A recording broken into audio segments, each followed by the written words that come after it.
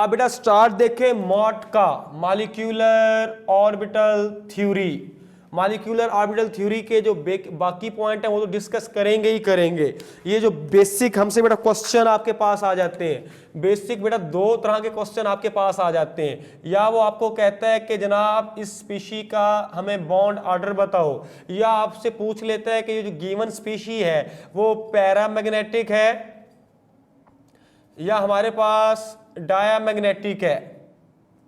आप लोगों ने करना क्या है, आप लोग करते क्या, अगर आप दाखला के प्लेटफॉर्म पे मौजूद ना होते आप लोग करते क्या, आपने पहले स्ट्रक्चर ड्रा करने बैठ जाते, स्ट्रक्चर ड्रा करते, उसके बाद बॉन्ड ऑर्डर के लिए फार्मूला लगाते, number of electrons present in bonding molecular orbital minus number of electron present in anti bonding molecular orbital, divide करते 2 से। लेकिन ये इलेक्ट्रॉन निकालने के लिए भी आपको स्ट्रक्चर ड्रा करना पड़ता, टाइम वेस्ट होता है, नहीं जाना उस साइड पे। पैरामैग्नेटिक और डायामैग्नेटिक बिहेवियर पे आ जाए बेटा, इसके लिए भी आप क्या करते हैं, पहले स्ट्रक्चर ड्रा करते हैं, स्ट्रक्चर ड्रा करने के बाद देखते हैं कितने अनपेयर्ड इलेक्ट्रॉन मौजूद हैं। ऐसा कुछ नहीं करना, ऐसा कुछ नहीं करना।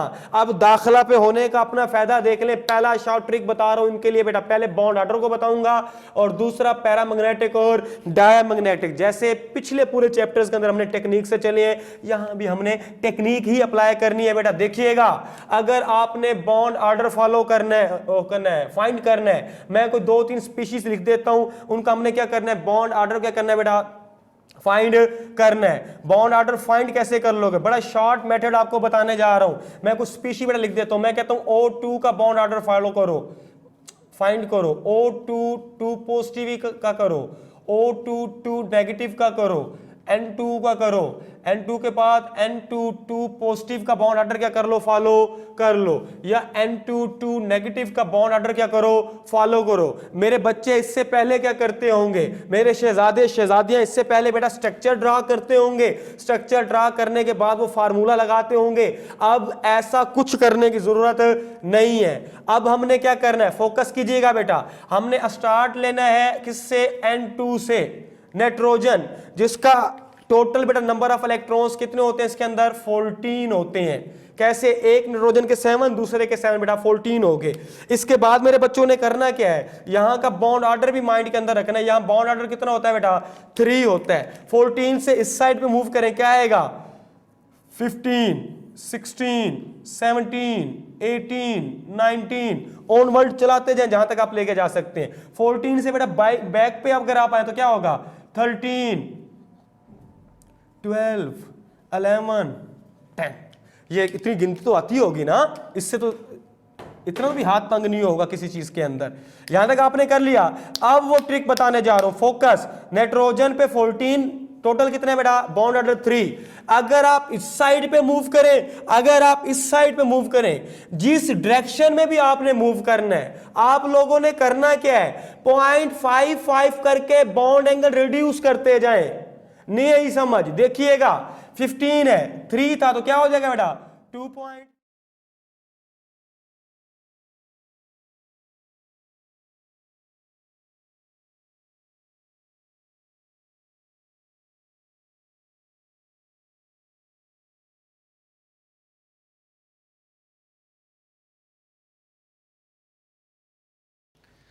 ये मैंने वेक्टर की बात की है। अच्छा, सम टाइम ये डेफिनेशन आ जाती है कि if body covers equal displacement in equal interval of time, तो ये भी ठीक है कि इक्वल डिस्प्लेसमेंट कवर कर रहा है, डिस्प्लेसमेंट डिस्टेंस नहीं।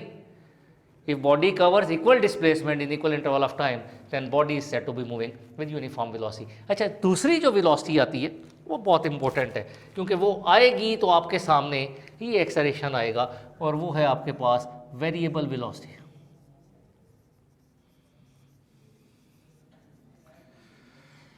वजह मैंने इसका नाम क्यों लिया बेटा, जब वेलोसिटी यूनिफॉर्म होगी, जब वेलोसिटी कांस्टेंट होगी, इसमें चेंज ही नहीं आएगी, चेंज ही जीरो होगी, तो एक्सेलरेशन भी क्या होगा, जीरो। इसका मतलब body is moving with uniform velocity, it's acceleration will be zero. Yes, variable velocity. If velocity of the body changes, अब जरा सुनिएगा, चेंजेस में क्या हो सकता है, वेलोसिटी की डायरेक्शन चेंज हुई तब भी वेलोसिटी चेंज हो गई, वेलोसिटी की मैग्नीट्यूड चेंज हुई तब भी वेलोसिटी चेंज हो गई, और अगर दोनों चेंज हुई तो तब भी वेलोसिटी चेंज हो गई। That is known as variable velocity. फिर कह रहा हूँ वेक्टर है, वेक्टर की मैग्नीट्यूड चेंज, वेक्टर की डायरेक्शन चेंज, वेक्टर चेंज, दोनों चेंज तब भी वेक्टर चेंज। तो इसका मतलब है if direction of velocity changes और मैग्नीट्यूड चेंजेस और both changes, then body is moving with variable velocity, and if body is moving with variable velocity then it possesses acceleration। फिर इसमें एक्सेलरेशन होगा, वरना नहीं होगा किसी भी सूरत में। तो सिर्फ ये नहीं है कि बॉडी की वेलोसिटी जो है ना वो डायरेक्शन चेंज हो रही हो, नहीं, मैग्नीट्यूड के चेंज होने से भी चेंज, डायरेक्शन के चेंज होने से भी चेंज। देखिए if body is moving along a circular path, अगर बॉडी सर्कुलर पाथ में मूव कर रहा है, ये 2 रेवोल्यूशन पूरे कर रहा है 1 सेकेंड में, अब हम क्या कहेंगे इसकी वेलोसिटी चेंज नहीं हो रही? भाई हो रही है, क्योंकि हर पॉइंट पे पार्टिकल यहाँ तो डायरेक्शन यहाँ, पार्टिकल यहाँ तो डायरेक्शन यहाँ, और अगर वेलोसिटी की डायरेक्शन चेंज हो रही है तो वेलोसिटी वेरिएबल हो गई, और अगर वेरिएबल वेलोसिटी है तो इट शुड हैव एक्सेलरेशन। और यू नो वेरी वेल ये जो एक्सेलरेशन होता है ये आपके पास कौन सा एक्सेलरेशन होता है जी? सेंटीपिटल एक्सेलरेशन होता है। इसी तरह एक्सेलरेशन की भी 2 काइंड्स हैं, एक आपके पास यूनिफॉर्म एक्सेलरेशन,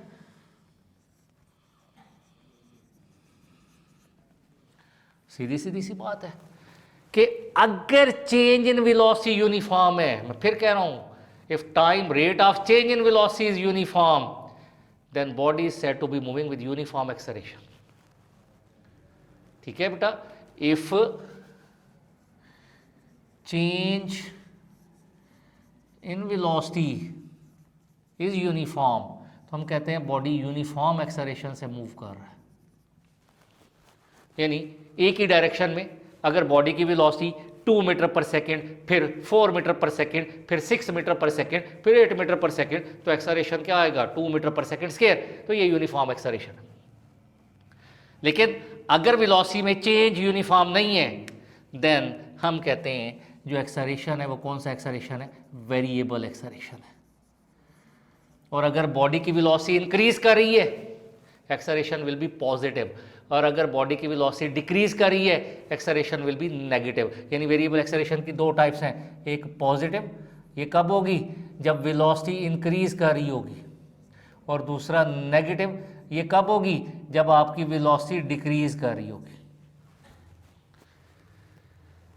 इसको हम रिटार्डेशन का नाम भी देते हैं। क्या नाम देते हैं बेटा? इसको हम रिटार्डेशन का नाम भी देते हैं।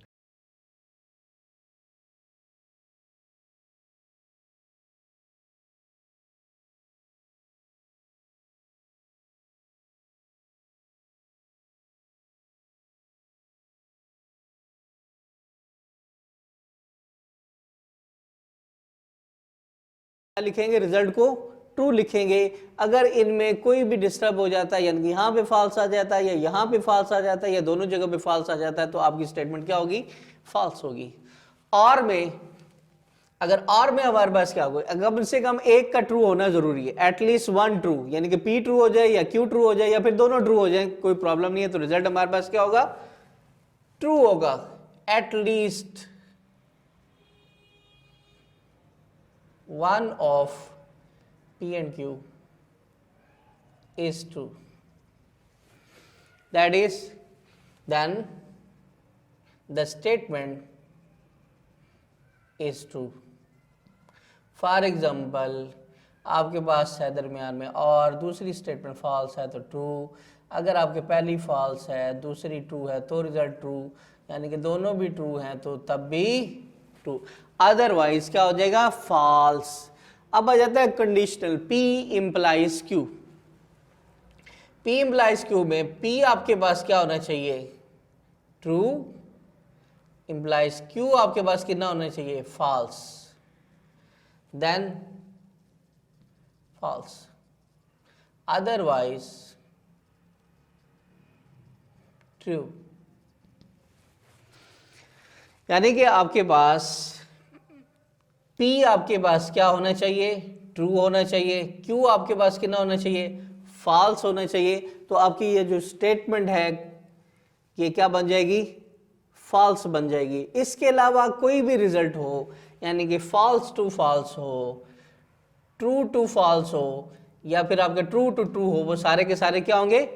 ट्रू कंसीडर किया जाएंगे, फॉल्स कंसीडर किया जाएंगे। अच्छा, अभी नेक्स्ट है बाय कंडीशनल। अगर हमारे पास बाकी केसेस में हमारे पास क्या हो जाएगा? ट्रू हो जाएगा। अब बाय कंडीशनल में देखते हैं, that is the compound statement. ये इसकी बेसिकली ये है P implies Q and Q implies P। Compound statement of these two conditionals, P implies Q and Q implies P, यानी कि आपने दोनों तरफ जाना है, इधर भी जाना है और इधर भी जाना है, आपकी स्टेटमेंट में दोनों मौजूद हैं। तो ऐसी सूरत में हम रिजल्ट क्या लिखेंगे, ट्रू। अगर आपके पास सेम है, P and Q are same, then result is true, otherwise false।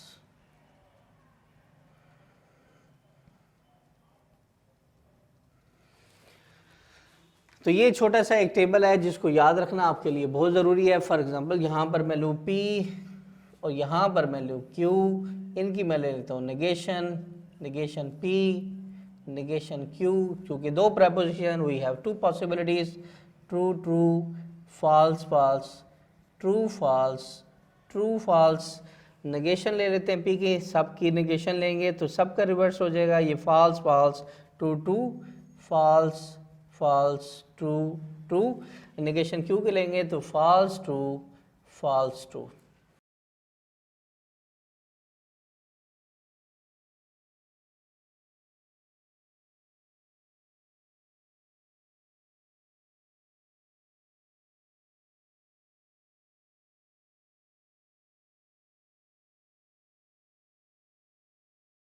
Left right check करना चाहते हैं तो हम डायमेंशन से कर सकते हैं। नंबर 2, टू फाइंड यूनिट, किसी भी अननोन क्वांटिटी का जो डायमेंशन चाहिए, यूनिट चाहिए, वो हम निकाल सकते हैं इस डायमेंशन के ज़रिए।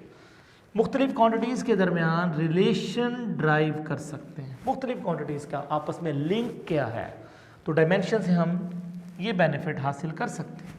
ठीक है, याद रखिए डायमेंशन टेक्निक ट्रिग्नोमेट्री पर अप्लाई नहीं होगी, लॉगरिथम पर अप्लाई नहीं होगी, एक्सपोनेंशियल पर अप्लाई नहीं होगी। मसलन देखिए आपके पास एक इक्वेशन आ गई y is equal to Y naught E की माइनस लैम्डा टी सपोज। तो एक बात ज़हन नशीन कर लें, y और y नॉट दोनों के यूनिट सेम होंगे, दोनों के यूनिट सेम होंगे, ये एक दूसरे को कैंसिल करेंगे, यूनिट लेस टर्म बनेगी क्योंकि ई बजाते खुद यूनिट लेस। ठीक हो गया। इसी तरह लैम्डा और टी मिलकर एक दूसरे को इस तरह कैंसिल करें कि ये भी यूनिट लेस टर्म हो जाए। ठीक हो गया। तो इस तरीके से आप किसी भी इक्वेशन का एनालिसिस कर सकते हैं on the behalf of dimension. ठीक होगी बात ये। तो नेक्स्ट हम डिस्कस करते हैं एरर्स और अनसर्टेनिटी के हवाले से। Next article errors and uncertainties, errors and uncertainty। तो सबसे पहले बेटा एरर्स की तरफ आते हैं। एरर के बारे में याद रखिए, difference between actual value and measured value, कि एक्चुअल और मेजर के दरमियान जो डिफरेंस आ रहा हो उसे हम कहते हैं एरर। अनसर्टेनिटी का मतलब होता है maximum difference between actual value and measured value. अलग मैक्सिमम डिफरेंस और डिफरेंस में क्या फर्क है? देखिए मैक्सिमम का मतलब ये होगा लीस्ट काउंट से अगर बढ़ रहा है, अगर डिफरेंस ऑपरेटर्स के लीस्ट काउंट से बढ़ गया तो वो ऑपरेटर्स की रेंज चेंज हो गई, मसलन 0.1 की बजाय 0.01 में चला गया, तो फिर वो स्केल नहीं वर्नियर कैलिपर बन गया, हमारी कैलकुलेशन सारी गलत हो गई। एरर्स को तो रिड्यूस कर सकते हैं, अनसर्टेनिटी को फिर ख़त्म नहीं किया जा सकता। तो अगर मैक्सिमम डिफरेंस आ रहा है, लीस्ट काउंट से भी एक्सीड कर रहा है, तो ये अनसर्टेनिटी है। और अगर सिर्फ डिफरेंस है तो ये एरर है। एरर को किसी हद तक कम ज़्यादा किया जा सकता है। एरर या अनसर्टेनिटी की रीजन क्या हो सकती है? Number 1, faulty operators. ऑपरेटर्स के अंदर कोई फॉल्ट है, ऑपरेटर्स के फॉल्ट से मुराद जीरो एरर जैसा प्रॉब्लम हो सकता है। ऑपरेटर्स की जो स्केल है उस स्केल की कोई लिमिटेशंस है, उस लिमिट से ज़्यादा कैलकुलेशन में सपोर्ट नहीं कर सकती। इनकोरेक्ट मार्किंग है, लाइनों के दरमियान फासला बैलेंस नहीं है, तो ये ऑपरेटर्स का फॉल्ट है। नंबर 2, इन एप्रोप्रिएट मेथड, टेक्निक आपकी गलत है, आपने लीस्ट काउंट चेक नहीं किया, डायरेक्ट रीडिंग लेना शुरू कर दी, स्केल बैलेंस देखी नहीं है, मीन स्केल वर्नियर स्केल एक दूसरे के साथ कोइंसाइड नहीं कर रही, ओवरलैप कर रही हैं, एक्सीड कर रही हैं, लैग बिहाइंड है, तो इस तरह का प्रॉब्लम जो हमारा मेथड की वजह से हो जाता है। इम्परफेक्शन, ठीक है, एरर्स, वो एरर्स ड्यू टू ऑब्जेक्ट भी हो सकते हैं, वो एरर ड्यू टू ऑपरेटर्स भी हो सकते हैं। तो ये बहुत सी रीजंस हैं जो एरर अनसर्टेनिटी का बायस बनती हैं। टाइप्स के लिहाज से अगर हम देखें तो दो तरह के नॉर्मली एरर्स हमारे कोर्स का हिस्सा हैं, जिनमें रैंडम एरर और सिस्टमैटिक एरर, दो तरह के एरर्स नॉर्मली देखे जाते हैं। अब देखिए रैंडम एरर के बारे में याद रखिए, अननोन काज, यानी ये हमें किसी भी सूरत में नहीं पता चल सकता कि ये एरर क्यों आ रहा है, हमारे पास इसकी कोई लॉजिकल रीजन नहीं है। जबकि सिस्टमैटिक एरर के बारे में कंफर्म कि ऑपरेटर्स फॉल्ट इशू होता है, ऑपरेटर्स फॉल्ट की वजह से सिस्टमैटिक एरर रहेगा, जबकि रैंडम एरर की कोई लॉजिकल रीजन हमारे पास नहीं है। रैंडम एरर में जब भी हम रीडिंग लेते हैं तो रीडिंग फ्लक्चुएट कर रही होती है, फ्लक्चुएशन आ रही होती है, 0.7 कभी आ गया, कभी 0.3 आ गया, कभी 0.2 आ गया, कोई प्रॉपर रीजन नहीं। तो रीडिंग जो है कंटिन्यूसली वेरी कर रही होती है, चेंज हो रही होती है। ऐसी सूरत में इसको रिड्यूस करने के लिए सिर्फ एक चीज हम कर सकते हैं कि हम इसका मीन लेने के लिए नंबर ऑफ रीडिंग्स लेंगे और उन तमाम रीडिंग का हम मीन फाइंड कर लेंगे। बस किसी हद तक हमने इसको रिड्यूस कर दिया, ख़त्म नहीं कर सकेंगे, 100% ये एरर कभी भी ख़त्म नहीं होगा। सिस्टमैटिक में हम क्या करेंगे, ऑपरेटर्स फॉल्ट है तो हम एक दूसरा ऑपरेटर्स ले लेंगे, अनदर ऑपरेटर्स, और उसके साथ अपनी रीडिंग को कंपेयर करेंगे, और उस कंपेयर में जो फिक्स डिफरेंस आ रहा होगा उस डिफरेंस को आखिर में जाकर प्लस या माइनस की फॉर्म में ऐड या सब्ट्रैक्ट कर देंगे, और किसी हद तक हम इस एरर को कम कर सकते हैं। ठीक है, अब एरर्स को मेजर करने के मेथड्स कि अगर एरर आ रहा है तो हम इनकी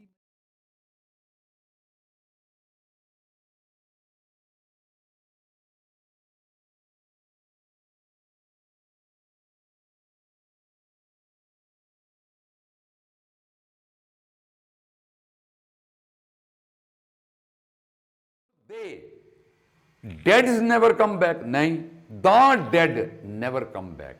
तो एक ये मामला आ गया जो डिस्क्रिप्टिव एडजेक्टिव के हवाले से है कि आपने ये देख लिया कि इसमें जब हम प्लूरल सेंस देना चाहते हैं तो उस वक्त फिर हमें द का लफ्ज़ इस्तेमाल करना पड़ता है। ये भी आपके सामने बात आ गई। अच्छा, अब एक बात जो मैं आगे चलने से पहले एक और बात भी बताना चाहता हूँ, क्योंकि बुरे वक्त का पता नहीं होता कि जो चीज़ जो पॉइंट बनते हैं वो सारे पॉइंट आपके सामने आने चाहिए ताकि आप मुकम्मल इत्मीनान से जाकर पेपर हल करें, आपको ज़रा भी शुबा ना। एक पॉइंट ऐसा है जो समटाइम्स वो आ जाता है पेपर में, पेपर की चीज़ है, और वो आम एफएससी से थोड़ा सा ऊपर की बात है। ये जो सेकंड डिग्री है उसके हवाले से मैं एक एडिशनल बात कर रहा हूँ। बात यह है कि देखें, हमने कहा कि सेकंड डिग्री या comparative degree is used for to persons और टू थिंग, बिल्कुल सही, हमने एग्जांपल दी, सब कुछ हो गया। लेकिन समटाइम्स ये भी होता है कि बंदा एक है, उसकी दो क्वालिटीज़ को कंपैरिजन किया जा रहा है, कंपेयर किया जा रहा है दो क्वालिटीज़ को। अब क्या करेंगे? मिसाल के तौर पर हम ये कहते हैं कि वो ज़हीन से ज़्यादा बहादुर है। अब आप देखिए हम क्या, इसको हमारे जहन में क्या आता है, he is braver than intelligent. ये क्या है जनाब? गलत। यहां ही का मुकाबला किसी दूसरे बंदे से नहीं है कि हम जनाब ही लिख दें। यहां पर मामला है दो क्वालिटीज का, इसमें एक ज्यादा है उससे दूसरी थोड़ी सी कम है। तो इसका तरीका यह है कि ही इज, डिग्री दोनों जगह पहली इस्तेमाल होगी, ही इज, और साथ हम मोर का लफ्ज लगाएंगे, he is more brave then intelligent, then intelligent. ये हो गया इस तरह। और डेस्क्रिप्टिव एडजेक्टिव के हवाले से एक बात और, आप मुझे ये बताइए, आप जहन में आपके आएगी, मैं अगर अचानक आपसे सवाल करूं कि जब आप फिक्रा लिख रहे हैं या बोल रहे हैं तो आप पहले क्या करते हैं? पहले एडजेक्टिव लिखते हैं और नाउन बाद में लिखते हैं, या नाउन पहले लिखते हैं और एडजेक्टिव बाद में? अब फौरन सोचें। जब मैंने एग्जांपल दी थी तो तमाम में मैंने पहले एडजेक्टिव लिखा था, उसके बाद नाउन लिखा था। जैसे इंटेलिजेंट, बॉय, अब आपने देखा इंटेलिजेंट एडजेक्टिव है वो पहले और बॉय बाद में है। इसी तरीके से कोल्ड वाटर, कोल्ड एडजेक्टिव है वो पहले, वाटर नाउन है वो बाद में आया। तो इसका मतलब है जनरल रूल क्या है कि first comes adjective and then noun. लेकिन एक इसमें एक्सेप्शन है, वो एक्सेप्शन ये है कि कुछ एडजेक्टिव ऐसे हैं जहां उलट हिसाब है, वहां पर आपने नाउन पहले लिखना है, एडजेक्टिव बाद में लिखना है। और वो एडजेक्टिव हैं जिनमें प्रीफिक्स वर्थ इस्तेमाल हुआ है, मसलन worth reading, worth singing, worth admiring, worth writing, इनमें उलट हिसाब है। अब आप देखिए मैं लिख रहा हूं, दिस इज अ वर्थ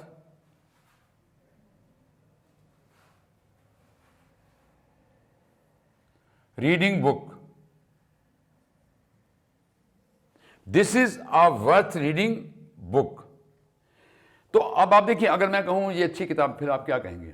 यही कहेंगे ना, this is a good book. आपने एडजेक्टिव गुड पहले लिखा और नाउन बुक जो है वो बाद में लिखा, this is a good book, बिल्कुल ठीक। लेकिन जब वर्थ वाला है तो आप नहीं कह सकते कि this is a worth reading book, आप नाउन को इसके साथ नहीं लिख सकते। आपको लिखना पड़ेगा this is a book worth reading, यानी वर्थ रीडिंग बाद में आएगा।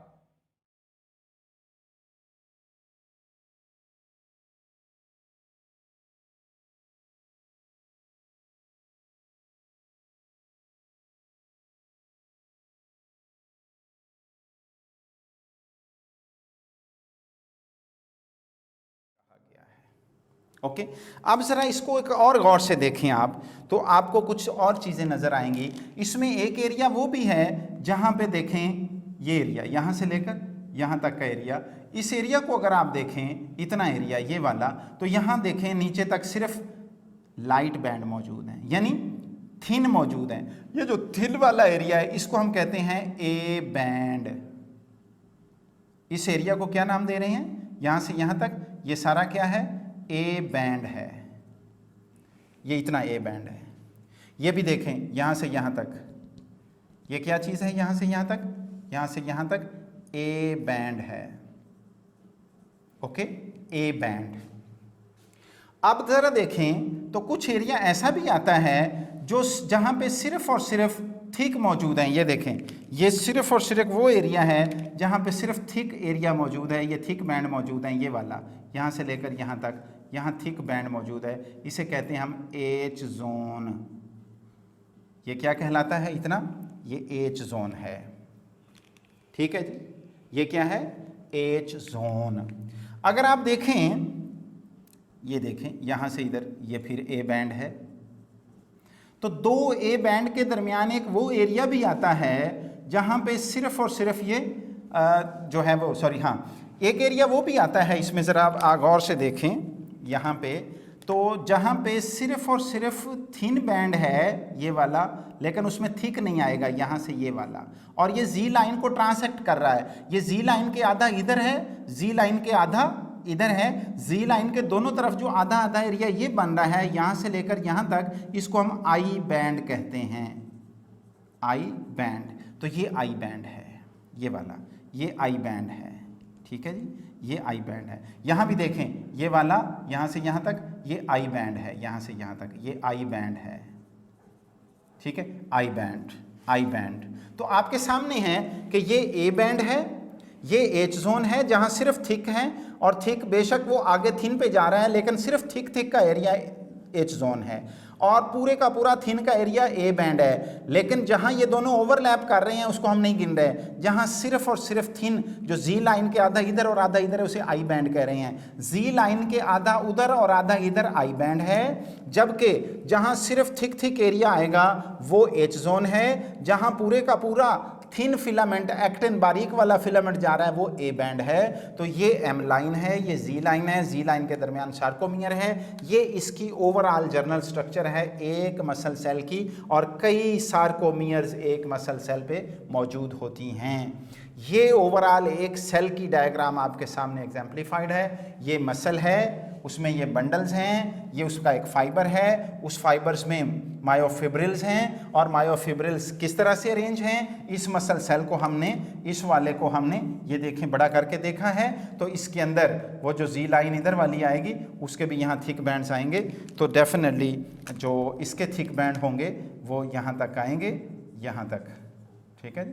तो थिक बैंड्स इधर वाले के भी आएंगे, इधर वाले के भी थिक बैंड्स आएंगे, वो किसी और जी लाइन के ऊपर मौजूद होंगे। ओके, तो ये है एम लाइन के ऊपर, सॉरी, मौजूद होंगे। यहाँ पे एम लाइन आएगी, वो एम लाइन इस तरह से है, ये वाली। ओके, तो ये ओवरऑल आपके सामने एक डायग्राम जो शो कर रही है, ठीक है, इसके अंदर ओवरलैप करें, ये सिचुएशन है, ठीक हो गया जी। अच्छा, अब इसकी एक फ़ोटो बना लें।